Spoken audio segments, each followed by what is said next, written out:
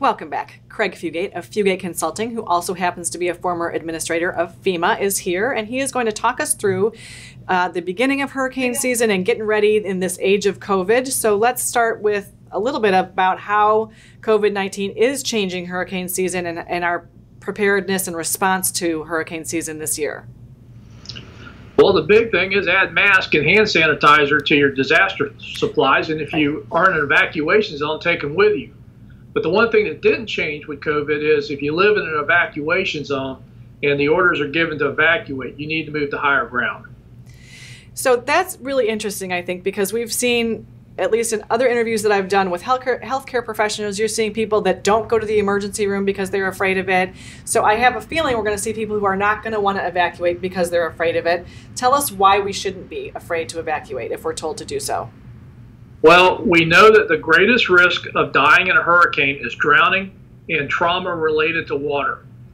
And that's why the evacuation orders are issued for coastal areas along rivers. This isn't about wind, it's about the risk of drowning. So for COVID, we have to put everything in perspective. The imminent threat of a hurricane, the risk of drowning, putting you and your family in harm's way, and also putting rescuers in harm's way if you don't evacuate, versus COVID, which we can manage by taking the precautions that we do every day.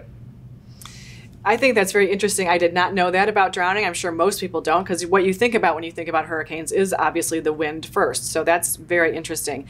And so what are the most important steps? We've already talked about putting your mask and your hand sanitizer on your list of what you're going to take with us. But what are the other things that are so important to being prepared as we go into peak hurricane season, which is crazy that we haven't already passed that since we have so many more storms, it seems, this year than we've had in the past. But as we're heading into the peak season, what are we doing to be prepared? Well, the first thing is find out if you live in an evacuation zone. And if you do, you should plan to evacuate when ordered to do so. Move to higher ground. For a lot of folks, you don't have to drive hundreds of miles. And we've never really changed this recommendation, but it's really, in the time of COVID, even more important.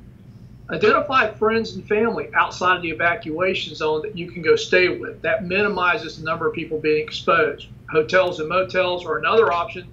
And Red Cross and other officials have taken a lot of steps to improve how they're going to do sheltering if they need to open shelters during COVID. So if you're in the evacuation zone, evacuate, take your pets, move to higher ground. If you're not in the evacuation zone, look at your home, and if you're not in a flood zone, prepare for power outages, but you may be better off sheltering at your home versus getting caught up in the traffic jams as everybody's trying to move away from the coast. Okay. And so you mentioned about shelters. Speak to that a little bit, because I'm sure they're going to look a little bit different this year in terms of at least the number of people that they can house. So how should people be preparing for that?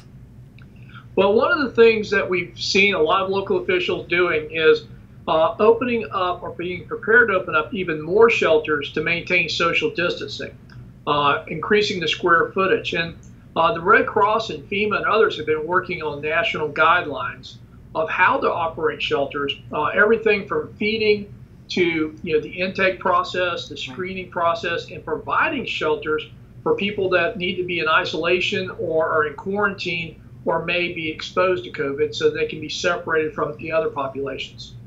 Well, thank you so much, Craig, for being with us and helping us get prepared for this season. Well, thank you, and everybody, good luck this year. Thank you.